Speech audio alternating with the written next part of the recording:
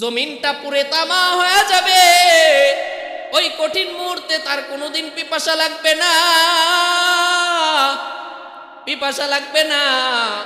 ওই ব্যক্তি স্বাচ্ছন্দ্যে ঘোরাফেরা করতে থাকবে। রসুল বলেন ওই সময় আমার কিছু বান্দারে আমি সোহকান সোহকান বইলা তারায়া দিব। সাহাবায়ে কেরাম জিজ্ঞাসা করলেন, ওগো নবী, এই সমস্ত ব্যক্তি কারা যাদেরকে আপনি সোহকান সোহকান বইলা তারায়া দিবেন? রসুলকে যখন এই প্রশ্ন করা হলো, রসুল বলেন আমার কিছু উম্মত দুনিয়ার জমিনে আসিয়া তারা কিছু নব আবিষ্কার করবে, বিভিন্ন বেদাতের সাথে জড়ায়া যাবে, আমার এই আনিত ইসলামকে ধ্বংস করার জন্য বিভিন্ন পায়তারা করবে, আমাকে গালি দিবে, আমার নবুয়তকে গালি দিবে, আল্লাহকে গালি দিবে। মন কার লাগিয়া কান্দ দিবারাতি, ভেবে দেখো কেউ হবে না, ভেবে দেখো কেউ হবে না তোমার সঙ্গের সাথী।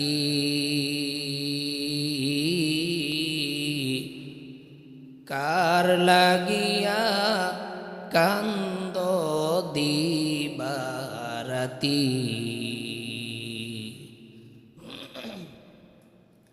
আপন আপন বইলা যারে ভাবছো সারাক্ষণ, আসলে যে কেউ নয় তারা, কেউ নয় রে আপন। ও তুই আজ না হয় কাল বুঝবি একদিন রে,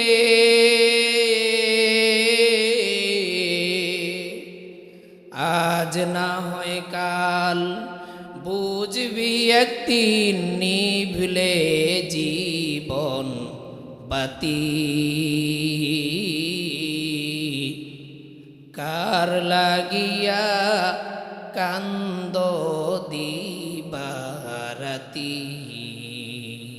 রাসূলুল্লাহ সাল্লাল্লাহু আলাইহি ওয়াসাল্লাম কাবা ঘরের দেয়ালের মধ্যে পিঠ ঠেকায়া মর্মাহত অবস্থায় বসিয়া রইলেন। তার এক এক করে 4 জন সন্তান দুনিয়া থেকে বিদায় নেওয়া চলে গেল। এক এক করে 4 জন সন্তান দুনিয়ার জমিন থেকে বিদায় নিয়ে চলে গেল। তিনি অত্যন্ত বেদনাদায়ক, অত্যন্ত মর্মাহত হয়ে তিনি কাবার চত্বরের মধ্যে বসে আছে। কাফের বেদিনেরা যখন শুনতে পারলো রসুলের সন্তান মারা গেছে, রসুলের সন্তান মারা গেছে, তার পুত্র সন্তান বড় হয়া হয়া মারা গেছে, এই কথাটা যখন মক্কার কাফের বেদিনেরা শুনতে পারলো, শুনিয়া মক্কার বড় বড় কাফেররা, আবু জাহেল, উতবা সাহেবা, এমন বড় বড় কাফেরদের লিডাররা দুনিয়ার মধ্যে প্রচার করে দিল, দুনিয়ার মধ্যে প্রচার করে দিল মুহাম্মদ আবতার হয়ে গেছে। জোরে বলেন নাউজুবিল্লাহ। মুহাম্মদ আবতার হয়ে গেছে। মুহাম্মদ একটা নির্বংশ, তার কোনো বংশের বাতি জ্বলবে না। সে যেই নতুন আনিত ধর্ম আমাদের মাঝে প্রচার করতেছে, তার মৃত্যুর মাধ্যমে, তার মৃত্যুর মাধ্যমে এই ধর্মটা বিলুপ্ত হয়ে যাবে।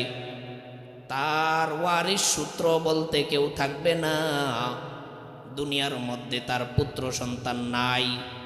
যেগুলি জন্ম নিছে একে একে সব মরে শেষ হয়ে গেছে, সকলেই চলে গিয়েছে। এখন আর তার নাম নেনেওয়ালা পরবর্তী যে প্রজন্মের মধ্যে কেউ থাকবে না। এই কথাটা যখন মক্কার অলিগুলির মধ্যে ছড়ায়া দিল, মক্কার অলিগুলির মধ্যে যখন এই কথাটা ছড়ায়া দিল, আল্লাহর রাসূল সাল্লাল্লাহু আলাইহি ওয়াসাল্লাম এক তো মর্মাহত অবস্থায়, সন্তান মারা গেছে, আবার যখন মক্কার কাফেরেরা এই উৎসাহ রটানো শুরু করলো যে মুহাম্মদ একটা আবতার, মুহাম্মদ লেস কাটা নির্বংশ, এরকম বইলা বইলা যখন মক্কার কাফেরেরা রসুলকে গালি দিতে লাগলো, বিভিন্নভাবে রসুলকে কষ্ট পৌঁছাইতে লাগলো, রসুলকে বিভিন্নভাবে কষ্ট দিতে লাগলো, কথার মাধ্যমে, কাজের মাধ্যমে। মদিনাওয়ালা নবী অনেক কষ্ট, বেদনাদায়ক অবস্থায় মক্কার চত্বরের মধ্যে বসে আছে, বেদনাদায়ক অবস্থায় বসে আছে। এত কষ্ট কোথায় কার কাছে বলবে? কেউ তাকে সান্ত্বনা দেওয়ার মতো নাই। ওই সময়ে মুসলমানের সংখ্যা বড় কম ছিল, তাকে সান্ত্বনা দেওয়ার মতো ওই সময়ে কেউ ছিল না। আল্লাহ তাআলা চিন্তা করলেন, আমার হাবিবকে আমি সান্ত্বনা দিব, আমার হাবিবকে আমি সান্ত্বনা দিব। ওগো হাবিব আমার, নেন নেন, আপনাকে আমি সান্ত্বনার বাণী পৌঁছাইয়া দিলাম। ও জিব্রাইল, যাও যাও, আমার হাবিবের কাছে উক্ত সূরাটি নিয়ে যাও, আমার মায়ার নবীর কাছে উক্ত সূরাটি নিয়ে যাও, লইয়া যাও, এই সূরাটি আমার হাবিবের কাছে পৌঁছাইয়া দাও। রসুল সাল্লাল্লাহু আলাইহি ওয়াসাল্লাম একটা মজলিসের মধ্যে এভাবে হেলান দিয়ে বসে তন্দ্রাচ্ছন্ন ছিলেন। ঘুম ঘুম ভাব, ঘুম থেকে হঠাৎ করে উঠিয়া একটা মুস্কি হাসি দিলেন। সাহাবায়ে কেরাম জিজ্ঞাসা করলেন, ওগো পয়গম্বর, আপনি কেন মুস্কি হাসি দিলেন? রাসূলুল্লাহ সাল্লাল্লাহু আলাইহি ওয়াসাল্লাম বলে, ও আমার সাহাবীরা, শোনো শোনো, আমি অত্যন্ত বেদনাদায়ক, আমি অত্যন্ত মর্মাহত ছিলাম আমার সন্তান মারা গেছে বলে, কিন্তু আল্লাহ তাআলা আমাকে আশার বাণী দিছে। ওগো আমার হাবিব, আপনি মর্মাহত হবেন না। আপনার সন্তান মারা গেছে বলে আপনার সম্মান আমি কমায়া দেই নাই, আপনার সম্মান বাড়ানোর জন্য আমি আল্লাহ তাআলা আপনার সন্তানদেরকে দুনিয়া থেকে নিয়ে গেছি। আপনার সম্মান বাড়ানোর জন্য আমি আপনার সন্তানদেরকে নিয়ে গেছি। আপনি কাফেরদের কথায় মর্মাহত হবেন না। আপনার 4 জন 3 জন সন্তান আমি নিয়ে গেছি বলে কি হইবে? হাজার হাজার লক্ষ লক্ষ রুহানি সন্তান আমি আপনাকে কিয়ামত পর্যন্ত দান করব। আমরা হলাম রুহানি সন্তান, রসুলের সন্তান, আমরা রুহানি সন্তান। আল্লাহ বলে, আপনি বেদনাদায়ক হবেন না, আপনি কষ্ট পাবেন না।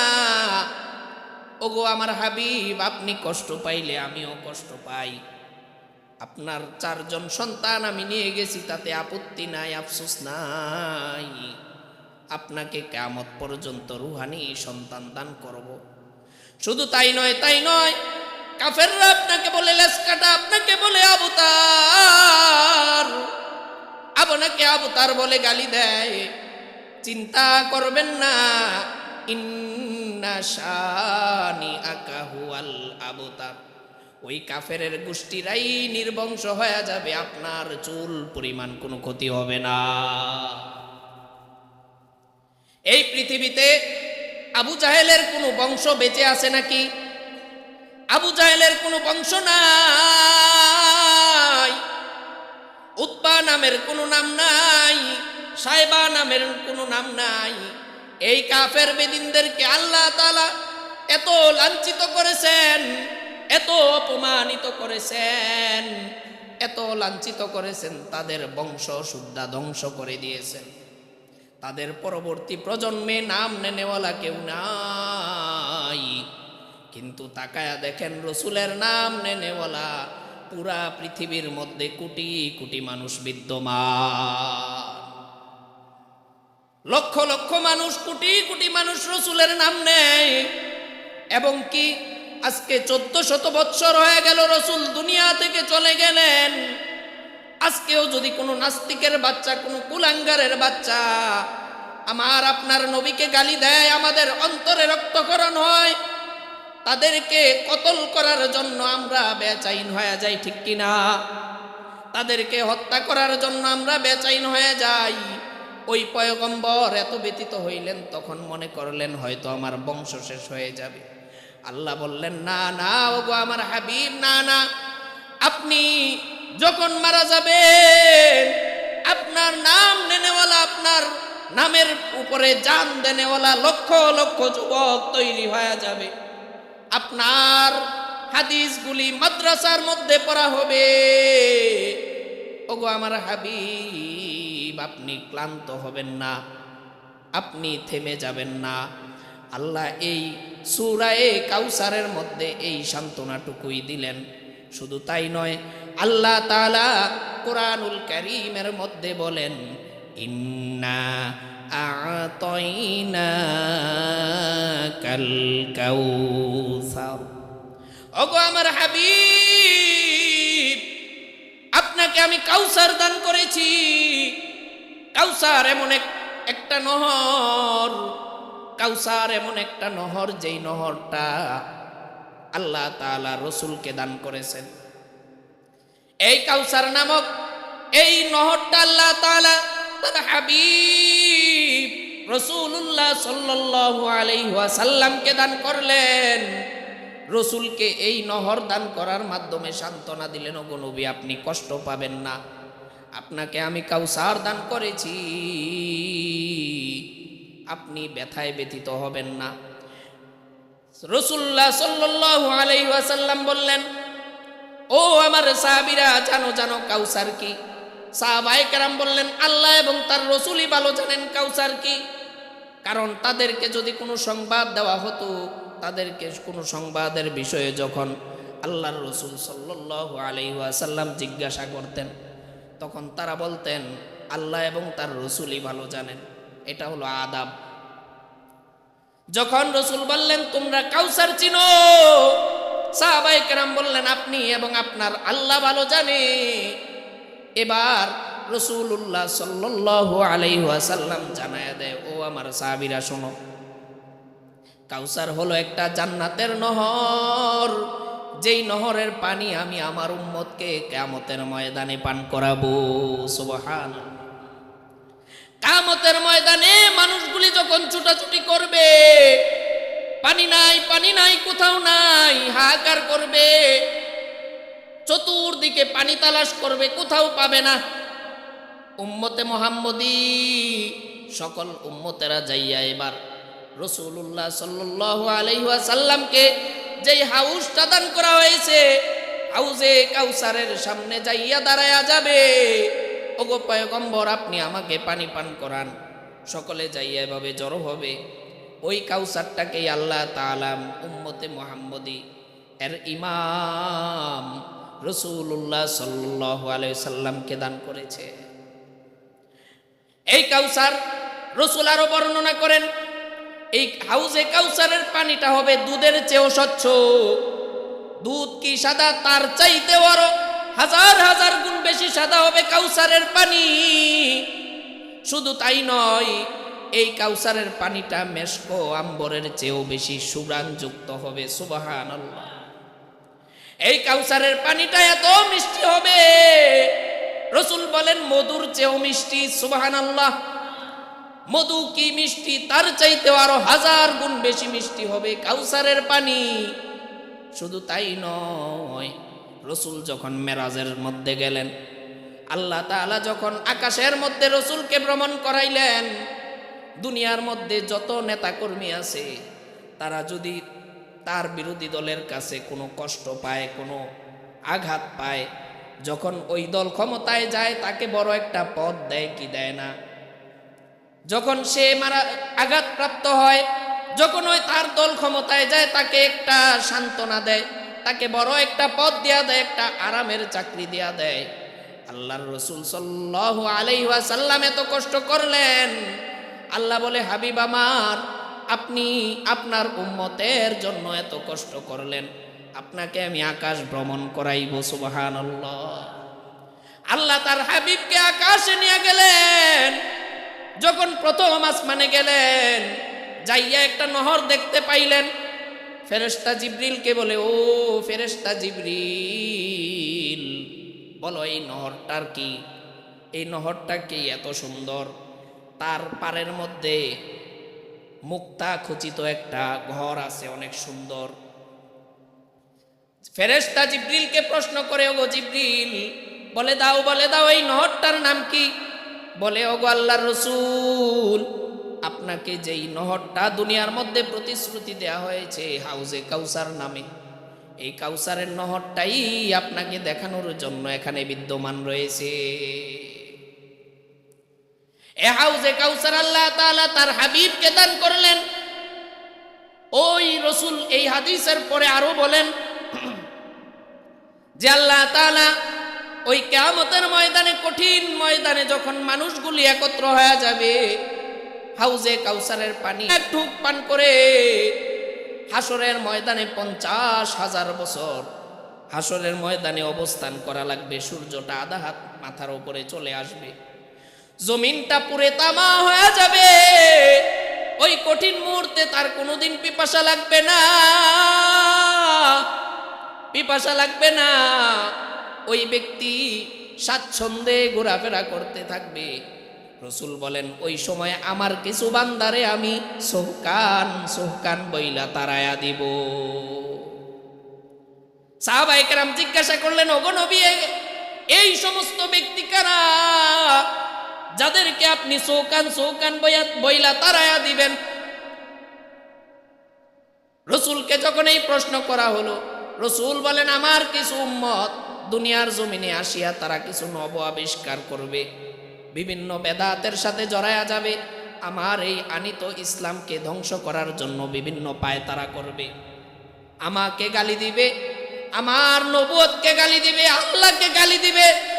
এই সমস্ত ভ্রষ্টরা যখন আমার সামনে আসবে, এই সমস্ত গান্দেগী মানুষগুলা, খারাপ মানুষগুলা, আমার সুন্নত যারা মানে নাই, দুনিয়ার জমিনে থাকিয়া যারা দুনিয়ার মোহে পড়িয়া আমার সুন্নতকে জলাঞ্জলি দিয়েছে, আমার সুন্নতের গুড়ার মধ্যে ছুরি চালাইছে, দাড়ি কাটিয়া কাটিয়া চলছে, দুনিয়ার জমিনে দাড়ি রাখে নাই, দুনিয়ার জমিনে রাসূলের সুন্নত গুলি মেনে মেনে চলে নাই, ওই সমস্ত ব্যক্তিদেরকে আল্লাহর রাসূল ওই সময়ে সোকান বইলা তারায়া দিবে, সোকান বইলা তারায়া দিবে।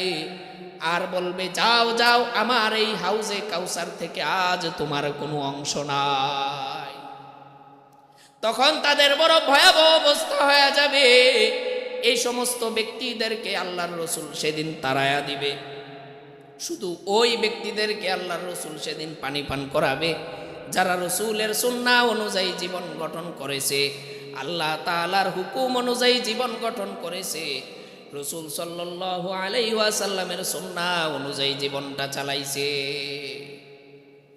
যার ঘরটা সুন্নত দিয়ে সাজানো, তার সে কত ভাগ্যবান। যার ঘরটা হাদিস দিয়া সাজানো, তার ঘরটা কত ভাগ্যবান। যার মাথা থেকে পা পর্যন্ত রাসূলের সুন্নাহ দিয়া সাজানো, সে কত ভাগ্যবান। আজকে রাসূলের দাঁত ভাঙ্গা সুন্নতকে আমরা এভাবেই জলাঞ্জলি দিচ্ছি। আমরা দাড়ি অনায়াসে কেটে ফেলি, আমাদের কোনো দ্বিধায় বাঁধে না, আমাদের অন্তরে একটু কাঁপে না। রাসূলের হাদিস, রাসূলের সুন্নাহগুলি এভাবে জলাঞ্জলি দিচ্ছি। কিন্তু রাসূল যখন বিপদের মুহূর্তে আমাদেরকে সোকান বইলা তারায়া দিবে, তখন চিন্তা করো রে মুসলমান, আমাদের কি উপায় হবে? রাসূলের সুন্নাহর মধ্যেই শান্তি, কামিয়াবি একমাত্র রাসূলের সুন্নাহর ভিতরে। এজন্য বলি, রাসূলের সুন্নাহর মালা গলায় লাগাও, 3.5 হাত বডিটাকে রাসূলের সুন্নাহ দিয়া সাজাও। হাঁটতে, চলতে, ফিরতে, ঘুরতে, কথা বলতে, খাইতে, সব জায়গায় রাসূলের সুন্নত আছে না নাই? অবশ্যই আছে। এই সুন্নতগুলি খুঁজে খুঁজে বের করে আমল করো। আমরা তো আজকে শুধু ফরজের পিছনে যারা পড়তেছি, দৌড়াইতেছি, রাসূলের সুন্নাহর দিকে সামান্য ভ্রুক্ষেপ নাই। অথচ পৃথিবীতে যদি রোড মডেল মানতে হয়, পৃথিবীতে যদি কোনো ব্যক্তিকে অনুসরণীয় মানতে হয়, রসুলকে ব্যতিরেকে আর কেউ হতে পারে না। রসুল ছিলেন সর্বোচ্চ চরিত্রের অধিকারী। শুধু আমার কথা নয়, আল্লাহ তাআলা কোরআনেই বলেছেন, ওয়া ইন্নাকা লাআলা খুলুকিন আযীম। আল্লাহ তাআলাই স্বীকৃতি দিয়েছেন, ওগো পয়গম্বর, আপনি হলেন উত্তম চরিত্রের অধিকারী, আপনি হলেন সর্ব উৎকৃষ্ট চরিত্রের অধিকারী গো পয়গম্বর। এটা আমার কথা নয়, আল্লাহ তাআলা সূরার মধ্যেই বলে দিয়েছেন, কোরআনের মধ্যেই বলে দিয়েছেন, ওয়া ইন্নাকা লাআলা খুলুকিন আযীম। পৃথিবীতে যদি খুলুকে আযীমের অধিকারী হয়, রাসূলই খুলুকে আযীমের অধিকারী। এজন্য রসুলের আদর্শগুলো আমাদের জীবনে বাস্তবায়ন করা লাগবে। রসুলের আদর্শ ব্যতীত আমরা জান্নাত পেতে পারবো না। যদি জান্নাতে যেতে হয়, রসুলের আদর্শ ব্যতিরেকে আমরা কখনো জান্নাতের আশা করতে পারি না। এই যে দেখেন পৃথিবীতে কত অহরহ ঘটনা ঘটতেছে। গত 2 দিন আগে ময়না নামের একটা মেয়েকে মসজিদের দোতলার মধ্যে মেরে টুকরা টুকরা মেরে ফেলে রেখেছে। আবার দেখেন আগামীকালকের ঘটনা, স্বামী তার স্ত্রীকে 11 খণ্ড করে ফ্ল্যাটের ভিতরে টুকরা টুকরা করে রেখে দিয়েছে।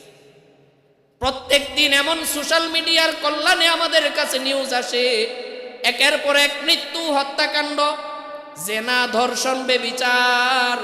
এর একমাত্র কারণ আমরা রসুলের সুন্নাহ থেকে বের হয়ে মন গড়া জীবন যাপন করছি। যদি রসুলের আদর্শ দুনিয়ার জমিনে বাস্তবায়ন থাকতো, তাহলে এই হত্যাকাণ্ড ঘটতো না। নিজের জীবনে যদি সুন্নাহ ভিত্তিক জীবন চলতো, এই হত্যাকাণ্ড ঘটতো না।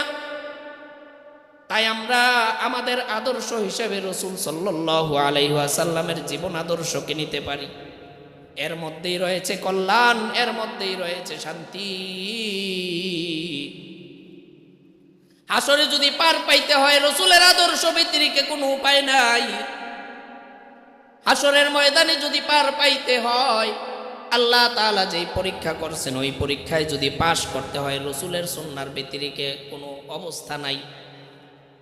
আজকে দেখেন, সামান্য গতকালকে পরীক্ষার ফলাফল দিল, এক আল্লাহর বান্দা দেখলাম কাঁদতে কাঁদতে বেহুশের অবস্থা।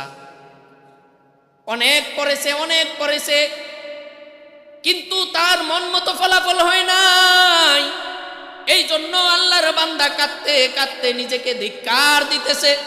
শুধু তাই নয়, ফেসবুকের লাইভে আসিয়া এভাবে মানুষের কাছে কান্না করতেছে। মানুষের কাছে বলতেছে, ও আমার দেশবাসী, আমি প্রকৃত পড়া পড়েছি, আমার প্রকৃত ফলাফল আমি পাই নাই, এজন্য আমি নিজেকে বড় ধিক্কার দিতেছি। তাকায়া দেখো, দুনিয়ার সামান্য ফলাফল পাওয়ার কারণে যদি এমন হয়, নিজেকে নিজে চপাটাঘাত করতেছে, ধিক্কার মারতেছে, নিজেকে এত অসহায় মনে করতেছে সামান্য দুনিয়াবি একটা ছোট্ট পরীক্ষার কারণে।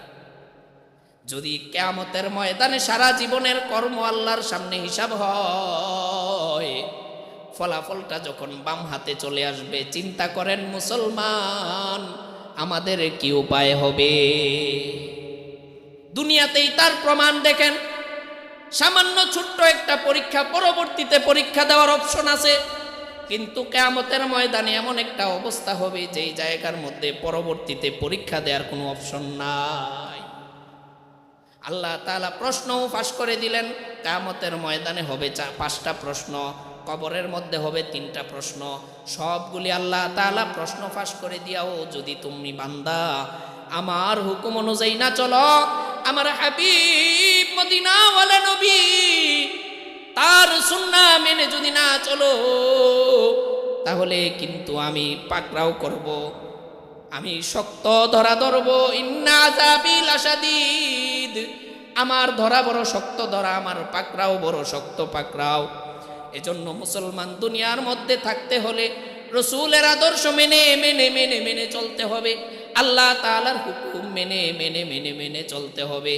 আল্লাহ তাআলা তার হাবিবকে জানায়া দিলেন, ইন্না আ'তাইনাকাল কাউসার, ওগো নবী আমি আপনাকে কাউসার দান করেছি, ফাসাল্লি লিরাব্বিকা ওয়ানহার, সুতরাং আপনি আপনার প্রভুর জন্য নামাজ পড়ুন এবং কোরবানি করুন। আপনি আপনার প্রভুর জন্য নামাজ পড়ুন, নামাজ এবং কোরবানি করুন। শুধু কোরবানি বলতে গোশত এখানে মাকসাদ নয়। আমরা তো কোরবানি বলতে চিনি শুধু গরু একটা জবাই দেয়া গোশত খাওয়া, না না, কোরবানি অনেক প্রকার হয়ে থাকে। আপনার এখন মন চাইতেছে একটা গুনাহ করতে, একটা গুনাহের কনসার্টের মধ্যে যেতে, গানের কনসার্টের মধ্যে যাইয়া একটু ফুর্তি করতে, নাচানাচি করতে। যদি আপনি না যে অন্তরের বিরুদ্ধাচরণ করেন, আপনাকে বলছে মন্দিরে যাইতে অন্তর, আপনি বললেন আমি মসজিদে যাব, এই মসজিদে যে আসলেন এটাই হলো বড় কোরবানি। অন্তরের বিরুদ্ধে চলার নামই হলো কোরবানি। অন্তর বলতেছে বেগানা নারীকে দেখো চক্ষু শান্তি হবে, কিন্তু তুমি বেগানা নারীকে না দেখা তুমি একজন আলেমের চেহারা দেখলা, এই যে মনের বিরুদ্ধে কাজটা করলা, এটার নামই হলো কোরবানি। ত্যাগ স্বীকার করার নাম কোরবানি, ত্যাগের নামই হলো কোরবানি। রসুলকে আল্লাহ তাআলা বলতেছেন, রসুলকে বলতেছেন মানে আমাদের সকলকে বলতেছেন, ফাসাল্লি লিরাব্বিকা ওয়ানহার, ওগো নবীজি আপনি নামাজ পড়ুন এবং কোরবানি করুন। যেই কাফেরেরা বলতেছে আপনি লেসকাটা, আপনি নির্বংশ, তারাই একদিন নির্বংশ হয়ে যাবে, তারাই একদিন দুনিয়া থেকে ছিন্ন বিচ্ছিন্ন হয়ে যাবে। যারা হাজি আছেন তারা দেখছেন মক্কার মধ্যে আবু জাহেলের বাড়িটা সবাই দেখে আসছেন। যারা হাজি, আবু জাহেলের বাড়িটা এখন টয়লেট খানায় পরিণত হয়েছে। হাজিরা সকলের শৌচকার্য সম্পাদন করে ওই আবু জাহেলের বাড়িতে। সে বলেছে রসুল বংশ ধ্বংস হয়ে যাবে, এখন তার বংশ কেউ নাই দুনিয়াতে। কি আজ পর্যন্ত শুনছেন কেউর নাম আবু জাহেল রাখছে? শোনেন নাই। কেন কেন জানো? রসুলের বিরুদ্ধাচরণ করার কারণে আজকে তারা দুনিয়াতেও লাঞ্ছিত হয়েছে, পরকালে অসীম কালের জন্য লাঞ্ছিত হয়ে থাকবে, জাহান্নামী হয়ে যাবে। তাদের কোনো নাম নিশানা নাই। তারা বলেছে আপনি নির্বংশ, আল্লাহ বলে তোরা নির্বংশ। আবু জাহেল, উতবা, সাইবা কারু বংশ বাকি নাই এখন পর্যন্ত। আজ পর্যন্ত রসুলের বংশ ধারাবাহিকভাবে কুরাইশ বংশ আসতেছে, কিয়ামত পর্যন্ত যাবে। আল্লাহ বলে তোরা নির্বংশ, তাদের বংশ ধ্বংস করে দিয়েছে। রসুলের বংশ মেয়েদের মাধ্যমে বাকি রেখেছে। আজ পর্যন্ত দেখেন কুরাইশি বংশের সিলসিলার মানুষ আছে না নাই? পৃথিবীতে কুরাইশ বংশের মানুষ আছে। আল্লাহর রসুলের বংশের মানুষকে আমরা কি বলি? আমরা বলি আওলাদে রাসূল সাল্লাল্লাহু আলাইহি ওয়াসাল্লাম। রসুলের বংশ বাকি আছে না নাই? অবশ্যই আছে। যেই কাফেরেরা বলেছিল রসুলের বংশ ধ্বংস হয়ে যাবে, তার দিন ধর্ম সব বাতিল হয়ে যাবে, আজকে তারাই ধ্বংস হয়ে গেল, রসুলের বংশটাই বাকি রয়ে গেল। এটাই সবচেয়ে বড় ধর্ম। এজন্য রসুলের সুন্নাহ ব্যতিরেকে আমাদের কোনো গতি নাই। রসুলের সুন্নাহ মেনে মেনে আগামীর পথ চলা যেন চলতে পারি, আল্লাহ তৌফিক দান করেন। জোরে বলেন আমিন।